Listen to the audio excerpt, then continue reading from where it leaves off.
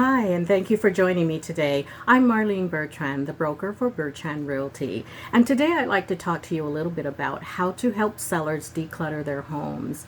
And first of all, I just want to start off by saying it's always better if you can get the seller to sell their house vacant, meaning they're not there, they don't have tenants there, the house is just empty. It makes it easier for showing, and then you don't have to have the conversation about clutter.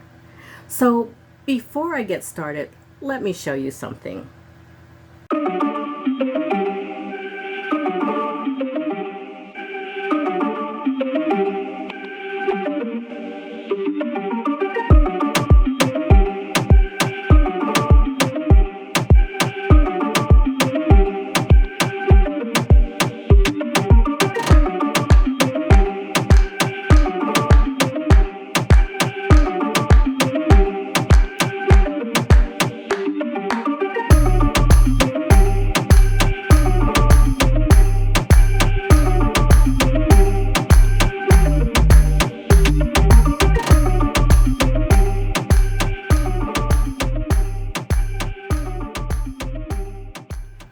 Did you see that messy kitchen?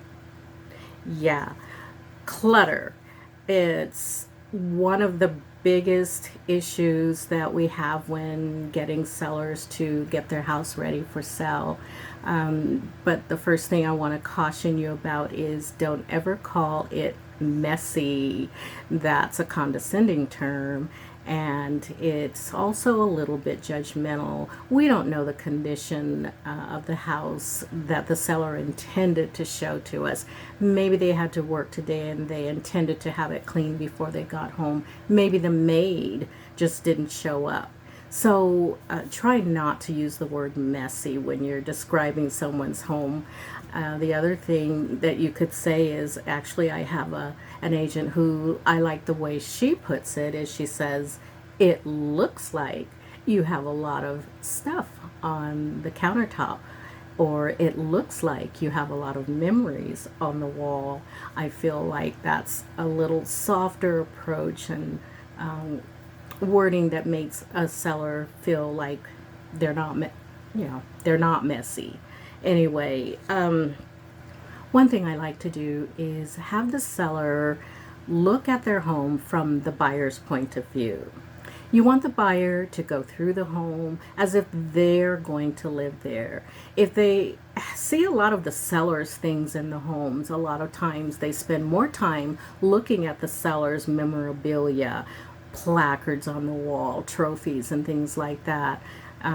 Try to convince your seller to take down all of their fishing trophies and all of their kids' photos of their gymnastics events. You want the buyer to not be interested in the seller's personal items. You want the buyer to be more interested in the home's floor plan and the structure of the home. You want the buyer to be able to see their couch in the living room, their kitchen table. You want the buyer to just be comfortable in the home and not be spending too much time on the seller's items. Sometimes you have to counsel a seller on whether or not they need to get the house in repair. Sometimes all they really need to do is maybe paint it a little bit. I would say the best color is white. Chances are the buyer is going to come in and repaint the house anyway, but I find that a home shows better if it's a neutral color.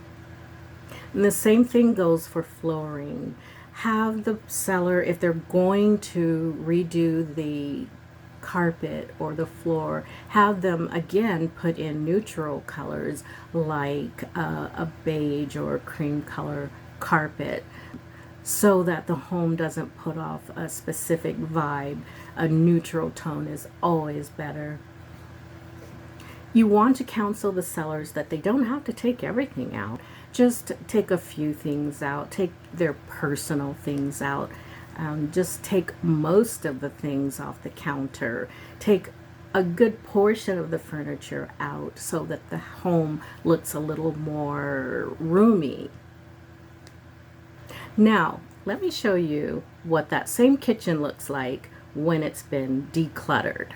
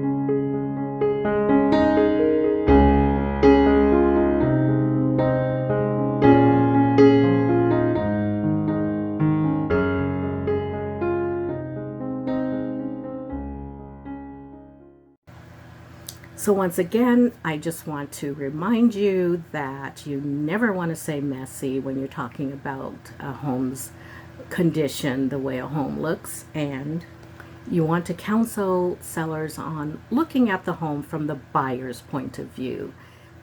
Well, that's all I have for you today on Success Saturday. Thank you for joining me.